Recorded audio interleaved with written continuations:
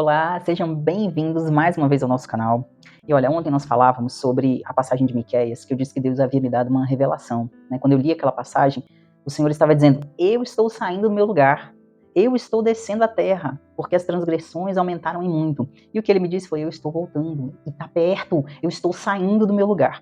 E aí no capítulo 2, ainda do livro de Miqueias, lá no versículo 9, Deus ele fala ali do povo dele, dos inimigos, e ele diz assim: olha, das suas crianças tirastes a minha glória. Gente, o que eu gostaria de falar hoje, sabe, o assunto são crianças.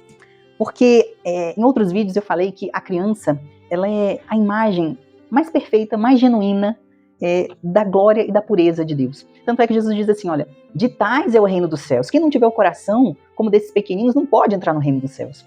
Então as crianças, elas são a imagem mais pura. Elas são a própria glória de Deus, porque elas refletem a pureza, sabe, de Deus, da criação. Elas são a pureza em pessoa. A pureza em pessoa, elas são exatamente aquilo que Deus se agrada.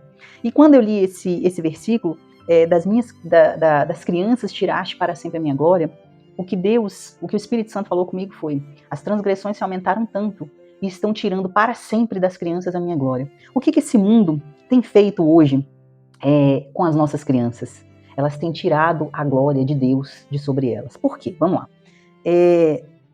Deus instituiu os pais como autoridade sobre os filhos. Né? O quinto mandamento, ele dá exatamente essa autoridade dos pais sobre os filhos, e ele diz assim, ó, honra teu pai e tua mãe. É um dever para que tenha vida longa. Ou seja, Deus estabelece, o reino de Deus é de autoridade, disciplina, de ordem. E Deus, ele estabelece essa ordem, olha, os teus pais te deram vida. Não importa o que eles fizeram, você deve a eles honra. O que é diferente de amor. Eu não posso adentrar muito aqui nesse ponto, porque senão o vídeo vai se estender. Mas em outra oportunidade a gente fala disso. Eu não preciso amar, eu preciso honrar. Às vezes você teve um pai ali que foi abusivo, que teve um relacionamento abusivo, que abusou de você. Enfim, você não precisa amar nem conviver, mas você precisa honrar. Bom, enfim, Deus deixou essa ordem. Você, pai, mãe, é a autoridade profética sobre os seus filhos. Você tem o poder instituído por Deus de abençoar ou de amaldiçoar os seus filhos. E o que o mundo tem feito hoje? Tirado essa glória de Deus de sobre as crianças, tentando minar essa inocência, essa pureza, e tirando a autoridade que Deus deixou dos pais sobre os filhos. Então nós estamos nesse reset mundial que eu conversei com vocês. O que é esse reset mundial? É essa reprogramação ideológica do mundo. Eu preciso minar a autoridade, eu preciso minar o texto bíblico, eu preciso minar o conceito de família. Tudo isso sob o prisma de... Eu anotei algumas coisas aqui para eu não esquecer, porque o assunto é muito extenso, eu nem vou conseguir abordar tudo, mas sobre o prisma de trazer paz, de amor incondicional, de inclusão social, de inclusão ideológica, de inclusão de gênero, de liberdade individual incondicional. O que importa é eu ser feliz hoje. O que importa é o que eu quero agora. O que importa é ser feliz, é viver o hoje. Tudo é válido, desde que consentido. E aí o que nós estamos caminhando? Eu estou caminhando para a liberdade incondicional de uma criança. Uma criança de 4 anos ter condições de expelir, de expressar sua vontade, por exemplo, de mudança de gênero. Veja bem, e dessa mudança de gênero, nós vamos caminhar para o consentimento de atos sexuais com criança. Ah não, eu tive relação sexual com criança porque houve consentimento. Nós vamos caminhar para isso. Isso é uma agenda progressista, é para isso que nós estamos caminhando. E tudo é muito sutil. Começa ali com esse amor incondicional, com essa liberdade, com a inclusão, com esse discurso de paz, tudo é belo, tudo é bonito, né? Eu quebro os conceitos de família, de autoridade, de moral, e eu começo a atingir a inocência da criança. Eu começo a descaracterizar a imagem e semelhança de Deus que existe na criança. Porque o homem, a primeira coisa que o diabo faz com o ser humano, quando esse ser humano está nas mãos de Satanás, é descaracterizar a imagem e semelhança de Deus. Essa pessoa começa a ser triste, essa pessoa começa a não ter paz, essa pessoa começa a mudar todo o corpo dela, todo o rosto dela. Por isso você tem adultos que agora se fazem de bebês, eu quero ser bebê, adultos que vivem como cachorro, porque eu quero ser cachorro, me identifico como cachorro, adultos vivendo como cavalo, como lobo, inclusive fazendo cirurgias plásticas para parecer com esses animais. Eu preciso desconstruir a imagem que Deus fez do ser humano, porque o ser humano foi a maior criação de Deus. Ele disse, façamos o homem à nossa imagem e semelhança. O ser humano é a maior criação de Deus. E aí, meus amigos, nós chegamos no seguinte: quando nasce uma criança, começa uma batalha pela sua alma. Queira você, pai, mãe, queira você ou não. Esta criança, nós seres humanos, somos feitos de corpo, alma e espírito. O corpo vai para o pó, veio do pó, para o pó voltará. O espírito é dado por Deus, é a sua consciência, é a sua inteligência, é o seu intelecto. E Deus concede a todo ser humano facetas, pedaços de inteligência, de capacidade, de talentos que depois nós vamos prestar contas. A alma é eterna, o espírito volta para Deus, a alma é eterna. Ou ela vai para o céu, ou ela vai para o inferno, ou ela vai para o paraíso, ou ela não vai. E isso não sou eu que estou dizendo, foi Jesus quem disse, está lá nas palavras de Deus. E de repente você acredita em Jesus, você diz que acredita em Jesus e na Bíblia, mas você só acredita nas partes que te convêm, você só acredita nas promessas. Quando a gente fala de céu e de inferno, você fala, mas não é bem assim. Mas isso não funciona assim. Então você acredita ou você não acredita? Não dá para acreditar em parte. E a questão é que, quando nasce uma criança, começa a disputa pela alma. E cabe a você, pai e mãe, profetizar sobre o seu filho. Ensinar o seu filho a palavra de Deus. Cabe a você doutrinar o seu filho, porque está escrito, ensina a criança o caminho que deve andar. Porque ainda quando velha, se lembrará dele. Deus está deixando para nós o caminho.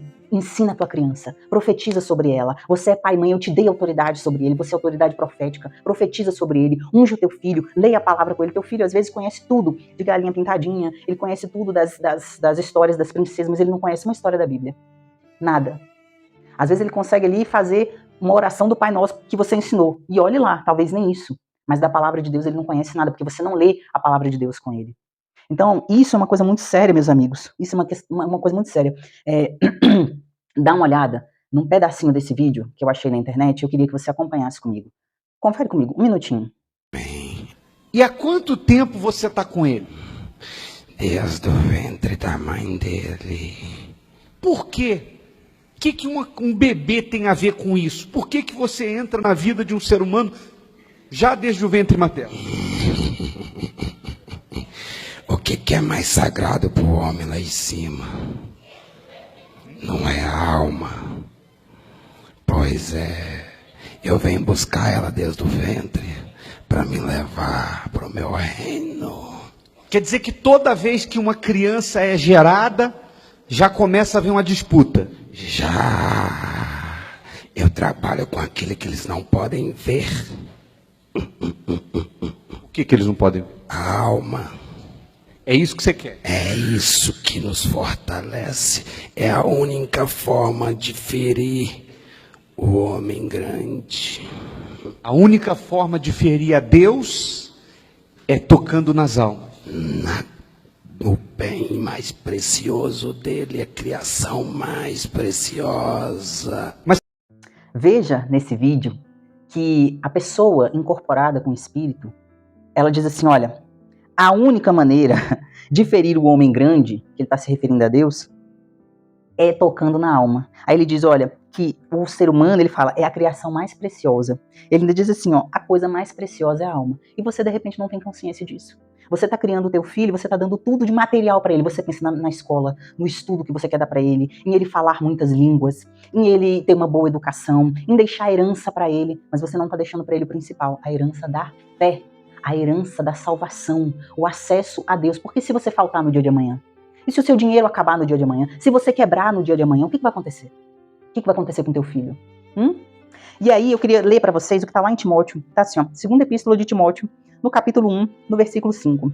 Isso é Paulo falando para Timóteo. Ele diz assim, ó, trazendo à memória a fé não fingida que em ti há, a qual habitou primeiro em tua avó Loide e em tua mãe Eunice, e estou certo de que também habita em ti. Olha que interessante, Timóteo tinha a avó Loide e a mãe Eunice, que eram judias, mas o pai de Timóteo era grego, ele não era judeu. Mas veja que Paulo, ele fala, né? Ela fala que elas ouviram o evangelho de Cristo, aí tá lá em Atos 16, no versículo 1, elas ouviram o evangelho de Cristo e elas ensinaram isso a Timóteo. Olha a importância que tem de você, mãe. Eu tô falando para você, mãe, porque geralmente as mães, principalmente na primeira infância, elas têm esse contato maior com os filhos. Mas se de repente o teu filho não tem essa mãe presente, você, pai, pode exercer esse papel, porque você é autoridade. E aí, diz que elas passaram esse espírito para Timóteo, esse ensinamento, o ensinamento do evangelho. essa criação, como testemunho delas da fé, elas passaram essa fé para Timóteo. E Timóteo guardou isso, tanto que Paulo diz assim, que primeiro habitou na tua mãe, na tua avó, e agora em ti há. Paulo reconhece que Timóteo é fruto da intercessão, do exemplo de fé, do comportamento, dos ensinamentos da mãe e da avó. Olha que coisa grandiosa, gente, que Deus está deixando aqui para a gente de exemplo.